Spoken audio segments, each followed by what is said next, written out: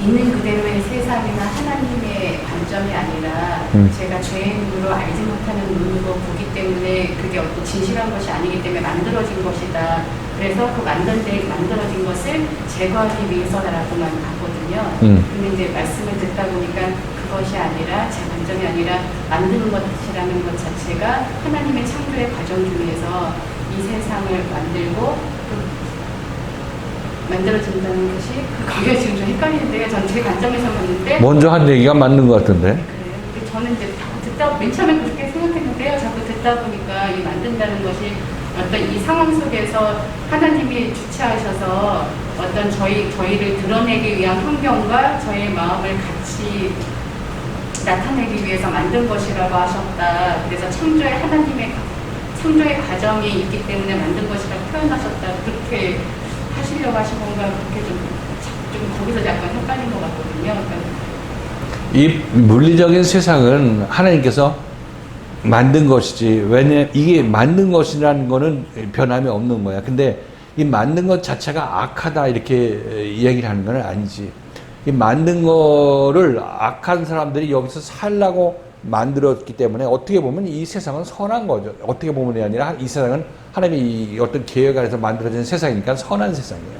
근데 문제는 이 세상을 보는 우리 인생들, 각각 60억 인구가 이 세상을 다 각자 해석하고 있는데 이들이 이 세상에서 어떻게 잘 먹고 잘 살까 하는 그런 생각들로 살 수밖에 없는 그런 인생들이니까 그들이 악하다고 얘기하고 있는 거고 그들의 마음속에 투영된 세상이 악하다고 얘기를 하고 있는 거예요. 그렇죠? 제거될 것은 우리 인생의 마음속에 있는 악한 생각을 제거해버리고 제대로 볼 수 있으면 이게 왜 세상이 악하냐고. 사도 바울의 눈에 비친 이 세상이 뭐가 악하냐고. 이 세상 자체는 악한 게 아니지. 이 세상을 사는 사람들이 지금 눈 멀어가지고 있으니까 그 사람들이 불쌍할 뿐이지, 그들은 하나님을 대적하면서도 대적하는지도 모르고 살고 있기 때문에 그들을 깨우치려고 하는 거죠. 그러니까 그들의 눈에 비친 죄인의 하나님의 생명을 제대로 받지 못한 사람들의 눈에 비친 그들의 마음속에 있는 세상이 악하다. 만들어진 세상에 지금 거기 집착해 살고 있다. 창조된 세상에 살고 있다. 창조된 세상.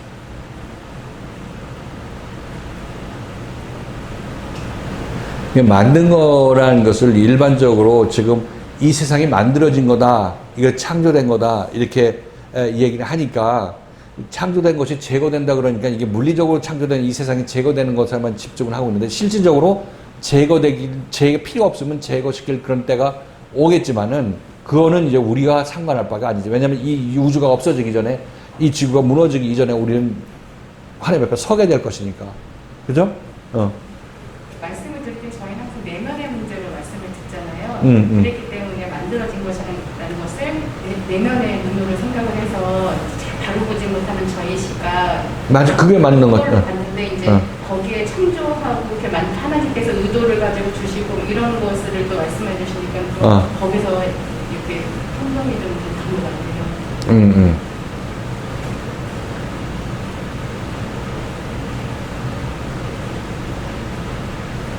그냥 만든 것이라고 얘기하면 그것은 이제 새하늘과 새 땅, 이제 옛 세상을 얘기를 한다고 생각하면 돼요. 옛 세상. 그리고 이것을 옛 세상을 우리 마음속에서 제거하게 된다면 그 이 세상이 옛 세상이 무너지는 건 아니잖아. 이제 세상 그대로 있어요. 세상이 무너지게 되면 우리는 새하늘과 새 땅을 받게 되는데 나는 새하늘과 새 땅의 사람이다. 이렇게 사도 바울도 옛 세상에 살 때, 만든 세상에 살 때, 그죠? 만든 세상에 살 때 그 사도 바울은 열심히 예수 믿는 사울로서 예수 믿는 사람들을 옥에 가두고 죽이려고 그랬죠. 그가 이 옛 세상에 살 때의 모습이라는 것이죠. 만든 옛 세상에 살 때, 즉 만들어진 세상에 살 때 얘기를 하고 있어요.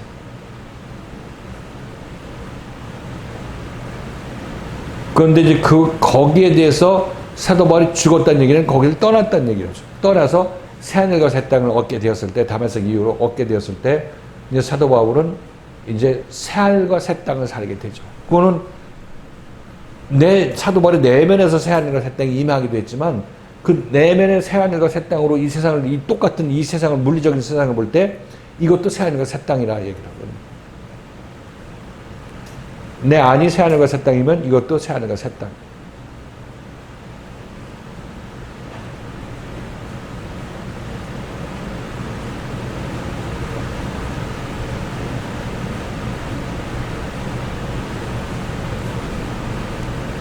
그렇게 되면 새하늘과 새 땅이 되면 그들의 눈에는 이 땅이 하나님의 뜻에 의해서 정말로 선하게 창조된 그런 세상이라는 걸 알 수 있어요. 이 물리적인 세상도 한시적인 어떤 이 한계를 갖고 있는 만들어진 세상도 또 하나님의 의지가 표현되고 있으니까 하나님의 뜻을 펼칠 수 있는 그런 하나님의 사랑의 표현이라는 것을 알 수가 있게 되는 거죠.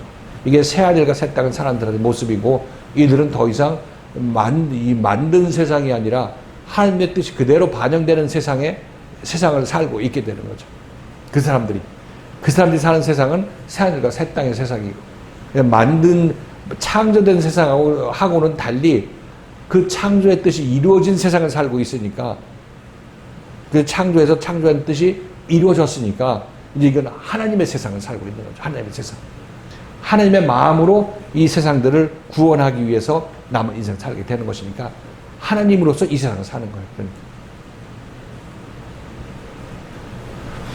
이 만든 것에 대해서 계속 우리가 이제 좀 혼동이 오는데 쉽게 생각하면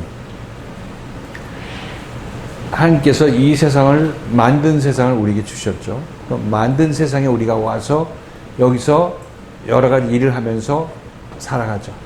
예수도 믿고 하나님도 찾습니다. 그래서 이 세상에 사는 모든 일들은 죄인으로서 하는 모든 일들은 전부 하나님의 의도에서 만들어진 것이다. 허락했으니까. 그죠? 죄를 짓는 것도 하나님께서 의도된 거죠. 그 죄인 중에서 죄인으로 우리가 살면서 하나님의 일을 하죠. 하나님의 일을 하고 하나님께 순종하는 일도 한다고 우리가 생각할 수 있겠습니다. 하나님의 일도 순종하는데 그 순종하는 이유가 세상의 유익을 위해서 하는 게 되죠. 그죠? 이것도 만든 것에 속하겠어요? 안 하겠어요? 이것도 만든 거죠. 이것도 만든 겁니다. 이 만든 것의 가장 대표적인 게 뭐냐면 우리가 육에 속해서 육신의 일로 예수를 섬기고자 했던 일들. 자기 의로움도 만든 거죠. 그죠? 자기 의로움도 만든 것입니다. 그래서 우리가 특히 이 말씀들은 하나님 앞으로 나온 사람들이 주는 얘기니까 내 자기 의로움이 만든 것 중에 아주 최고봉이죠. 그죠? 하나님께서 만든 것의 최고봉이 자기 의로움이라고 할 수가 있어요. 우리 하나님께서 만들어주신 세상에서 우리가 하나님 섬기는 방식이 섬기는 방식이 율법을 준수하는 것이 최고봉이니까 그렇게 해서 우리는 자기 의로움을 가지게 되는 것입니다. 그러니까 이 만든 것의 최고봉은 자기 의로움이다. 하나님 믿는 사람들이 좀 더 하나님 가까운 사람이니까 세상에 그냥 널브러져 있는 사람들은 여기서 논할 가치도 없지만은 하나님을 따라 나서겠다고 하는 사람들이 가지고 있는 최고의 가치가 뭐냐면 만든 것인 자기 의로움이라는 것입니다. 그 자기 의로움을 제거하기 위해서 말씀을 너에게 전하는 것이다. 이렇게 우리가 이해하셔도 이걸 이해하는데 세상으로 만든 것이 전부 세상이라고 얘기하니까 혼동이 오게 되는데 그 세상에서 내가 만들어낸 내가 집약해서 만든 것이 그게 바로 자기 의로움이니까 하나님에 의해서 만들어진 것이고 나도 또 거기에 하나님의 제안한 이 세상에서 내가 살면서 내가 또 만든 것이 또 자기 의로움 아니겠어요? 그죠? 그러니까 그런 의미에서 어차피 하나님께서 만든 세상을 우리에게 주셨고, 그죠? 그래서 만든 세상에서 너희가 읽어낸 모든 것들이 만든 것이야. 없어져야 될 것이다. 이렇게 말씀하시는 의미에서 여기서 만든 것은 자기 의로움이다. 이렇게 여러분이 생각하시면 굉장히 복잡한 내용들이 좀 정리가 되지 않겠나 이렇게 생각합니다. 생각도 만들어진 거라고 했잖아요. 그 생각도 만들어질 때문에 생각 자체가 나로부터 나오기 때문에 생각도 결국은 만들어진 거라고. 생각도 만들어진 겁니다. 우리가 생각하는 것이 전부 악하니까 전부 만들어지냐.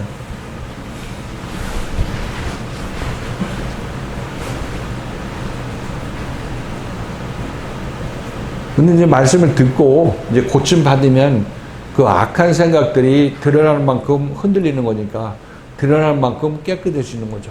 그러니까 하나님께 봉사할 때 어떤 마음으로 하느냐, 이것도 자기 생각 아니에요? 생각이 똑바른 생각으로 바뀌게 되는 거니까 말씀에서 흔들림 받고 고침 받는 거죠. 좌절할 필요는 없어요.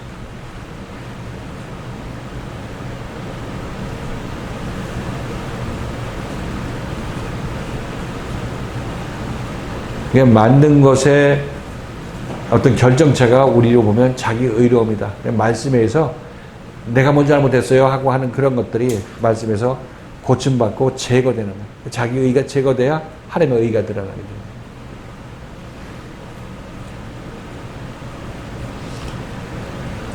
그러므로 우리가 진동치 못할 나라를 받는 즉 은혜로 받자. 우리는 진동치 못할 나라를 받는 중인즉, 받고 있는 중인즉, 그렇죠? 이 현재형이라고 얘기를 하고 있어요. 히브리서 기자도 이 교인들한테 너희가 진동치 못할 나라를 받았으니까 감사하자, 은혜로 받자, 이런 얘기를 하는 것이 아니라 너희가 진동치 못할 나라를 받는 즉, 현재 진행형. 그러면 이들에게 연단이 있어요, 없어요, 지금?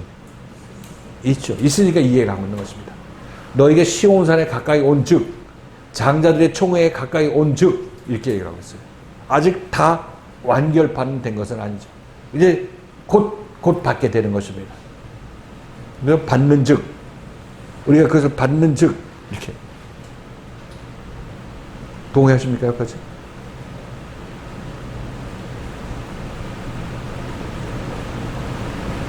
은혜로 받자. 은혜로 받자는 얘기는 쉽게 얘기하면 하나님께서 우리에게 은혜를 주시고 긍휼을 베푸는 통로이신 예수 그리스도의 말씀을 잘 듣고 순종하자. 히브리서 기자의 말씀을 듣고 잘 순종하자. 이렇게 얘기를 하고 있는 것이라고 말씀드렸어요. 그렇죠?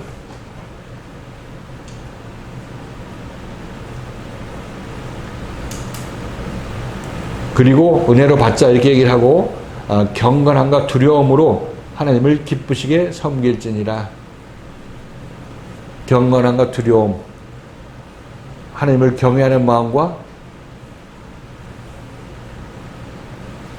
또는 경건한 마음, 순전한 마음, 뭐 이렇게 우리가 생각할 수 있겠죠.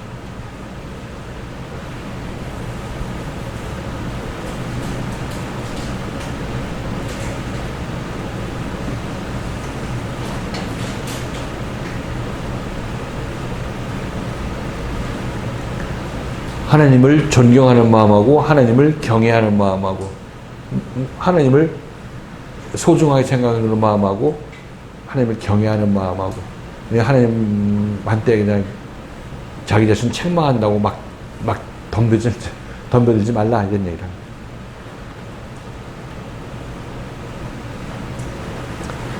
이 히브리서 기자가 교인들한테 인도함을 받을 때 거꾸로 얘기했네요.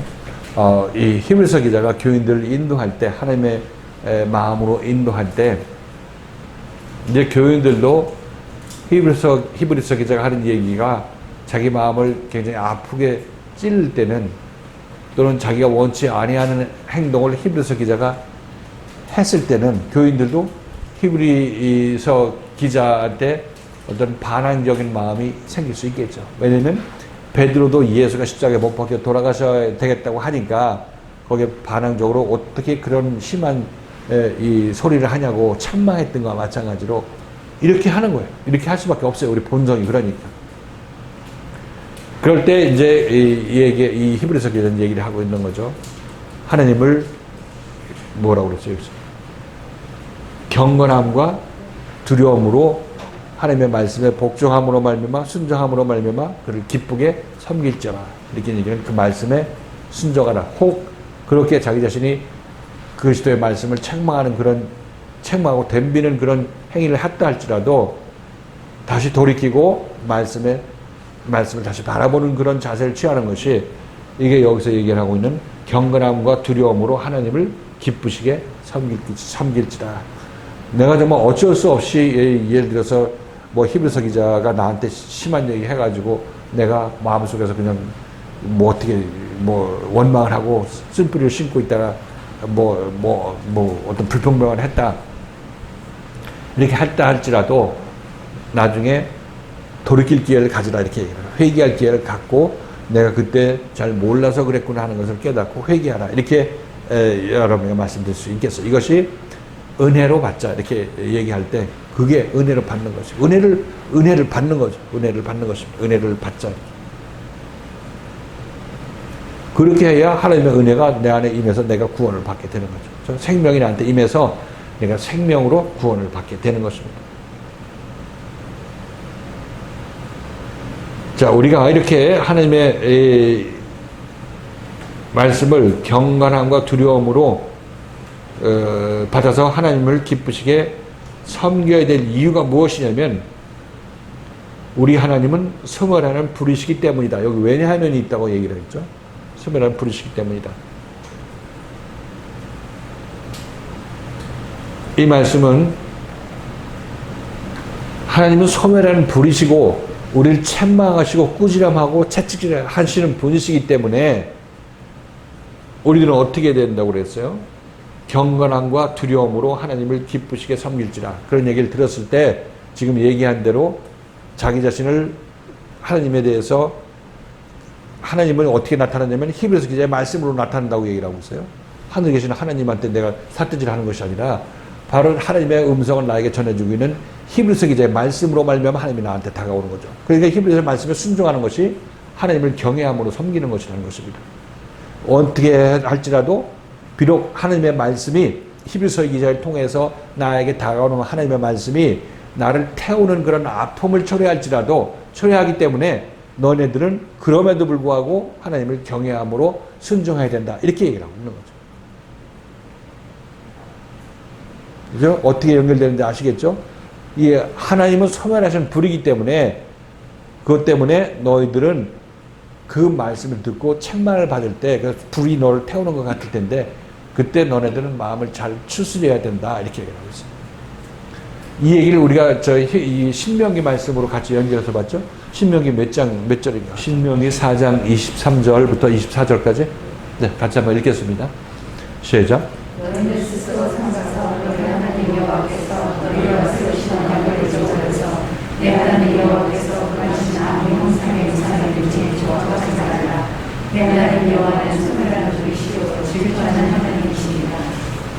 거기도 위에 절에 보면 너희들은 우상 숭배하지 말라 이거죠. 결론 그 우상 숭배하지 말라는 얘기입니다. 우상 숭배하지 말라. 그 앞에는 뭐가 있다고 그랬어요? 그 다음 절 앞에는 왜냐하면 있다. 똑같이 왜냐하면이 빠졌어요. 이게 왜냐하면 하나님은 소멸하시는 분이시요 질투하시는 분이시니라 이렇게 얘기를 하고 있죠. 그렇죠?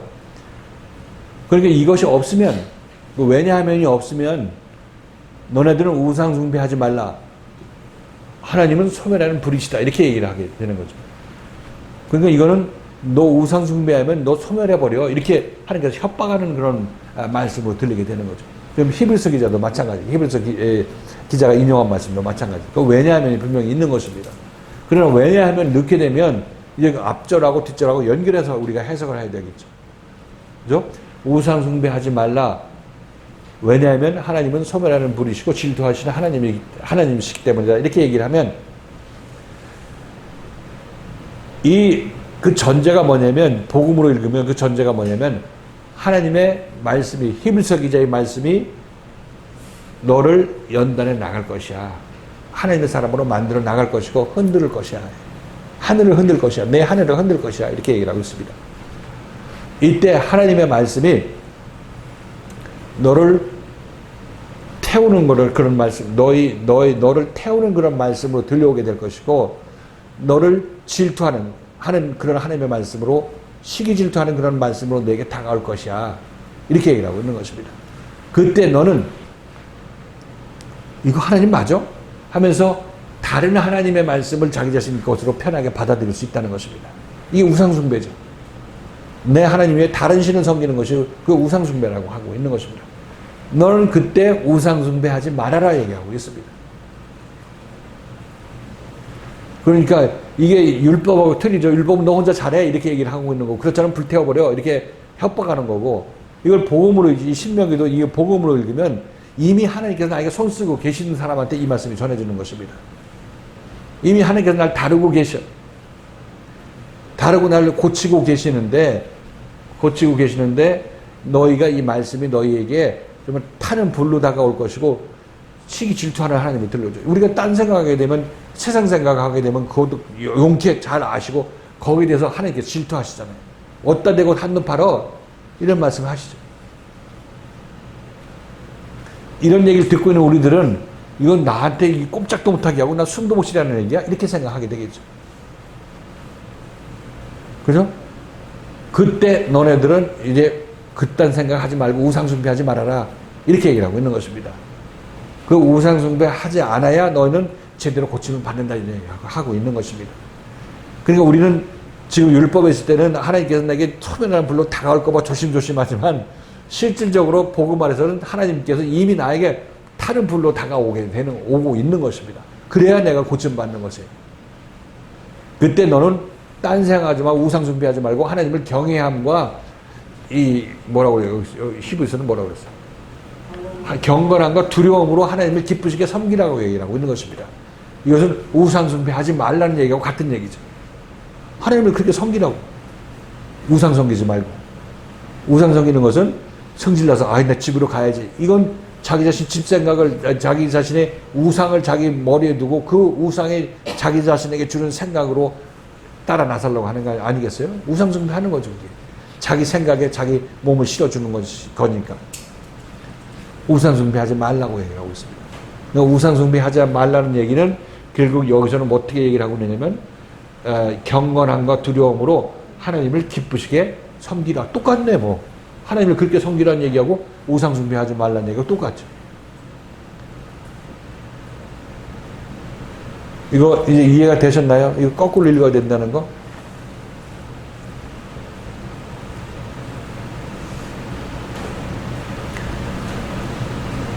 이렇게 해서 히브리서 말씀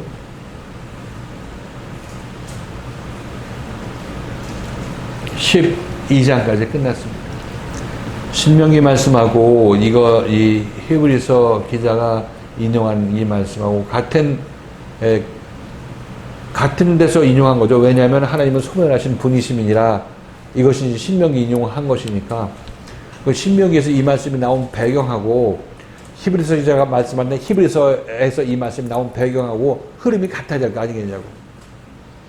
그죠? 지금 말씀드린 대로 하나님을 기쁘게 섬기는 거 섬기라, 또 우상 숭배하지 말라 같은 내용이잖아. 근데 우리는 봤을 때 우상 숭배하면 너 불로 소멸시켜. 너 하나님을 기쁘게 섬기지 못하면 우리 하나님은 소멸하는 불이야. 너 불타버려. 이렇게 겁박하는 식으로 좀 입고 있죠. 그죠? 그게 아니라는 겁니다. 그게 아니라 이미 우리는 소멸하는 불 아래 있어. 지금 히브리서 기자의 말씀에 의해서. 신명기 말씀도 마찬가지. 하나님의 말씀에 의해서 이미 불 타고 있는 우리들한테 주시는 말씀이라고 하죠. 그때 딴 생각하지 말라는 얘기하고 있어요. 우상 숭배하지 말고 하나님을 기쁘게 섬기지 않고 하나님께 원한 품고 이렇게 하지 말라고 얘기를 하고 있는 거죠. 네, 알았죠, 이거? 정리해보세요. 주일날 들을 때는 목사님 왜냐하면 들어가고 안 들어가고 같은데 중요하다고 말씀하시는데 저는 잘 못 알아듣겠더라고요. 네. 이게 무슨 차이인지 잘 모르겠는 거예요. 오늘 다시 들으니까 주중에도 제가 들었는데도 잘 못 알아듣겠더라고요. 지금에서야 정리가 된 것 같아요. 지금 말씀하시는 거는 왜냐하면 들어가면서 꼭 들어가야 하나님께서 소멸하시는 불이시라는 의미가 지금 예수님의 말씀에 의해서 우리가 고침을 받는 그 상황을 말씀하시는 거고 그렇게 고침을 받을 때 너희가 경건함과 두려움으로 하나님을 기쁘시게 섬겨라. 그때 반항하지 말고 순종함으로 그 말씀을 잘 따라가라. 그 말씀으로 읽어야 된다고 말씀하시는 거고 이제 기존에 우리가 알고 있었던 말씀은 니네가 경건함과 두려움을 하나님을 기쁘시게 아니하면 하나님께서 너희들을 태우실 것이다. 근데 이제 무서운 말씀으로만 이해할 수밖에 없었는데 오늘에 확실히 이 말씀이 무슨 말씀인지 이해가 됩니다. 그래서 하나님의 이 말씀은 소멸하는 그런 날카로운 말씀이고 뜨거운 말씀으로 우리에게 다가오기 때문에, 왜냐하면 그렇게 해설이 됐죠. 너네들은 그때 하나님께 원망하지 말고 경건함으로, 경외함으로 하나님을 기쁘시게 섬기는 자가 되라, 섬겨라, 이렇게 얘기를 합니다. 그건 지금 말씀드렸던 대로 이제 신명기 말씀도 같은 맥락에서 얘기한다고 말씀드립니다. 그렇죠? 그러니까 우리들은 대부분 예수 믿으면, 나 예수 믿었으니까 이 불타는 거, 이거 뜨거운 불 피하게 해주세요. 그 뜨거운 불 피하기 위해서 예수 믿잖아요. 그렇죠? 죽어서 지옥 안 가려고 하는 것도 그렇게 믿는 거예요. 근데 여기서 지금 예수에 의해서 뜨거운 불을 내가 만나지 못하면 나는 하나님 나라에 들어갈 수가 없다는 거죠. 그 죄인이 심판 안 받고 예수 믿었다고, 예수한테 인사했다고 자기 자신 천국 간다고 생각하는, 이게 얼마나 유치한 생각이라는 것을 알 수가 있죠. 죄인은 죄의 심판을 받아야 그 사람을 하나님께서 구원받았다고 얘기할 수 있겠죠. 죄인은 그대로 내버려두고 하나님한테 인사하고 교회 열심히 나와서 뭐 봉사하고 뭐 한다고 할지라도 그 사람은 자기 죄가 어떻게 해결받은 것은 아니잖아요. 죄가 불태워버리지는 않았으니까. 죄의 몸은 그대로 내버려두고 노력만 열심히 하게 되면 땅만 고쳤지 하늘은 고침받지 못한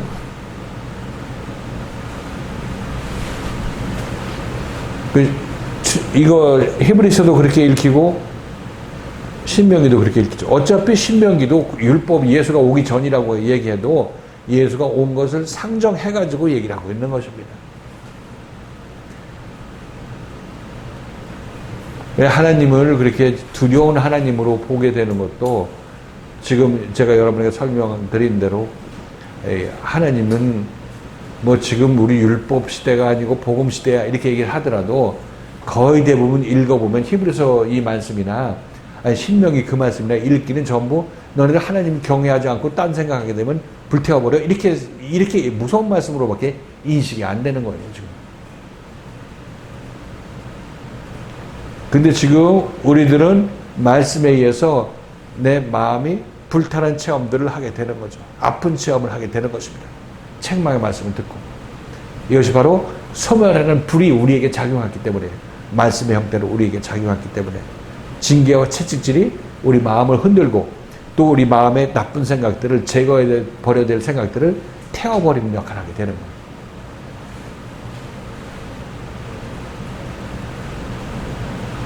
그렇죠. 여러분들 여기서 교회생활 하면서도 뭐 별말 없어도 속에서 여러 가지 불타는 그런 생각들이 들었던 기억들이 있죠. 없었어?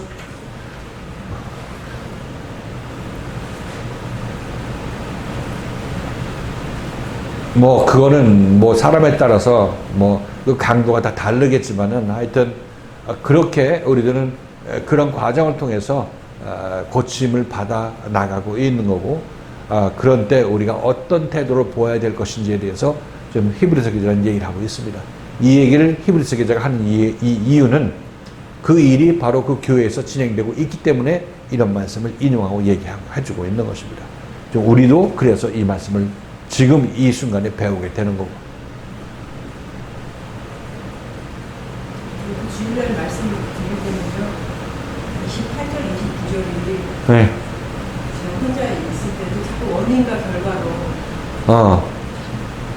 자꾸 이렇게 읽혀? 어거지로 그냥 29절을 28절 앞에다 놓고 억지로 좀 읽는 식으로 그렇게 하고 자꾸 원인과 결과로 이렇게 자꾸 생각이 들게 했는데, 이제 오늘 이 말씀을 다시 새겨보니까는 이미 율법에 하나님이 있던 신명기 말씀이고, 여기는 이제 이미 하나님의 말씀을 듣고 우리를 고치는 태우는 말씀이잖아요. 태우시기 때문에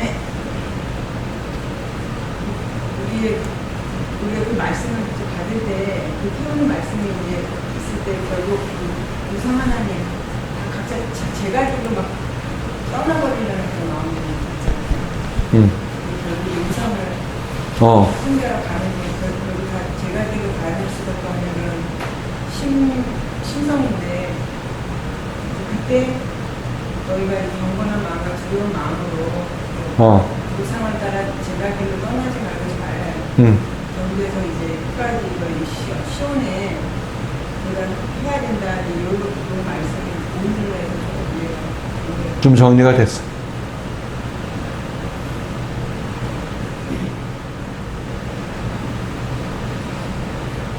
그러니까 28절, 29절 그러므로 우리가 진동치 못할 나라를 받는즉 은혜를 받자 이로 말미암아 경건함과 두려움으로 하나님을 기쁘시게 섬길지니 왜냐하면 우리 하나님은 소멸하는 불이심이니라.